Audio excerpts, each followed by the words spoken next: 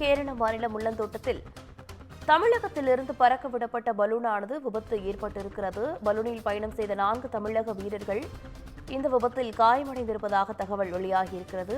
கூடுதல் விவரங்களோடு இணைகிறார் செய்தியாளர் ஞானசேகரன். ஞானசேகரன், வணக்கம். விவரங்கள். வணக்கம் ராதா. தமிழக அரசு சுற்றுலாத்துறை தனியார் அமைப்புடன் இணைந்து சர்வதேச பலூன் திருவிழா கடந்த 9 வருடங்களாக நடைபெற்று வருகிறது. 10ஆம் ஆண்டு இன்று தொடங்கி நடைபெற்றுக் கொண்டுள்ளது. இந்த பலூன் திருவிழாவில் வெளிநாடுகளிலிருந்து ராட்சச பலூன்கள் கொண்டு வரப்பட்டு பறக்கவிடப்பட்டுள்ளது.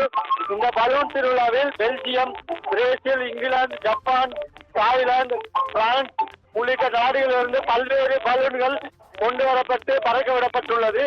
அதிலும் குறிப்பாக குழந்தைகளை கவரும் வகையில் இங்கிலாந்து மற்றும் பிரேசில் நாடுகளைச் சேர்ந்த ஓநாய், யானை, சிறுத்தை உருவம் கொண்ட பலூன்கள், வெப்ப காற்று பலூன்கள் பறக்கவிடப்பட்டுள்ளது. இன்று முதல் வருகிற 14ஆம் தேதி வரை பொள்ளாச்சியில் நடைபெற உள்ளது.